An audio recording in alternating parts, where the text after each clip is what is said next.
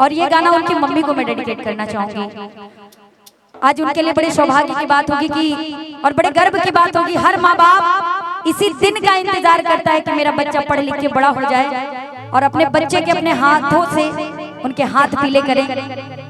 जब दूल्हे राजा छोटे रहे होंगे, जब इनको सुलाना पड़ता होगा इनकी मम्मी जी को, तो बड़ा प्यारे भाव में वो कहती होंगी क्या कि जैसे रोज आवेलू तू तेरे सुनी के।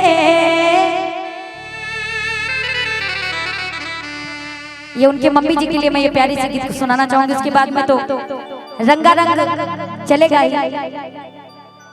लेकिन जब मैं ये गाना सुन के आ रही थी तो मुझे मेरी मम्मी की भी काफी याद आई, क्योंकि आज इतना हम लोग दौड़ भाग कर रहे हैं कार्यक्रम के सिचुएशन में, इतना पैसा कमाने के बाद भी नींद नहीं आती है। लेकिन जब कभी माँ लोरी गा के सुलाती थी ना, जब पॉकेट में एक भी पैसा नहीं होता था तो बड़े अच्छे से नींद आ जाती थी।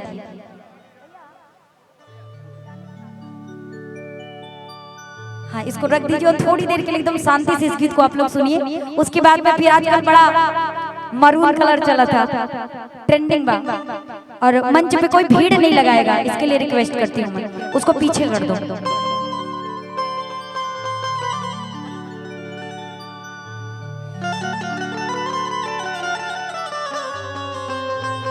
और ये सभी लोग जितने लोग बैठे हैं अपनी अपनी मम्मी को महसूस कीजिएगा।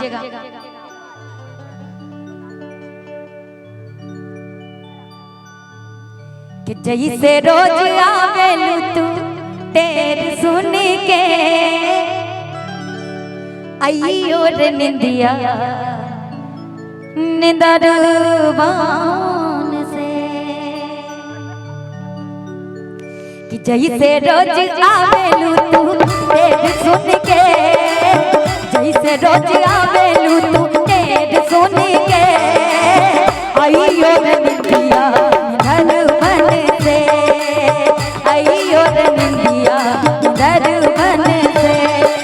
जैसे रोज आवेलू तू तेरे सुन के, जैसे रोज आवेलू तू तेरे सुन के, आइयो रे निंदिया निंदरबान से, आइयो रे निंदिया निंदरबान से।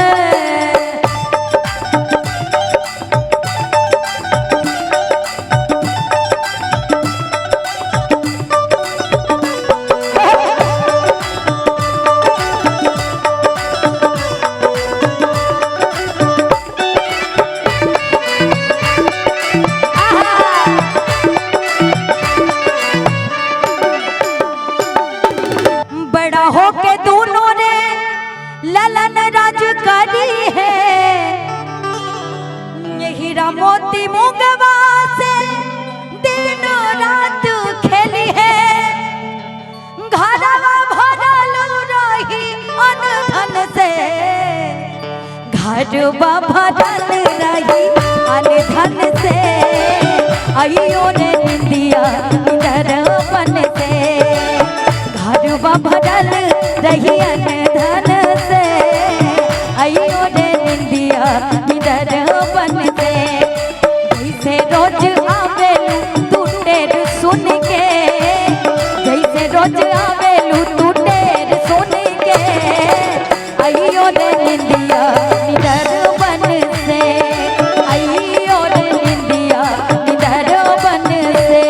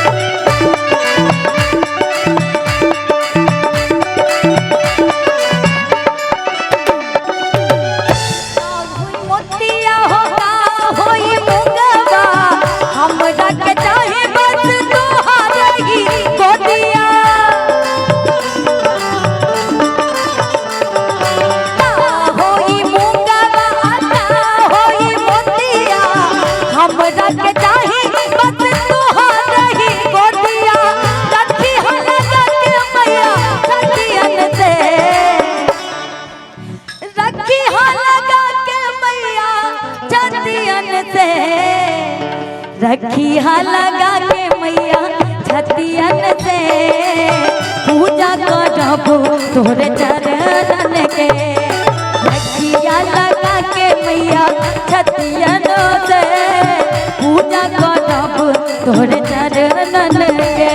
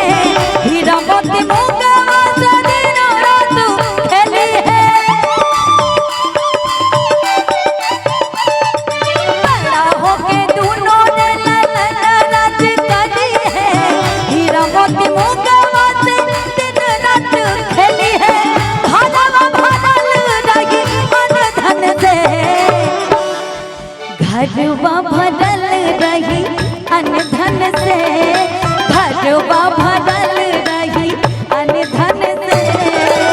अयो रे निंदिया निंदर बन से, अयो रे निंदिया निंदर बन से।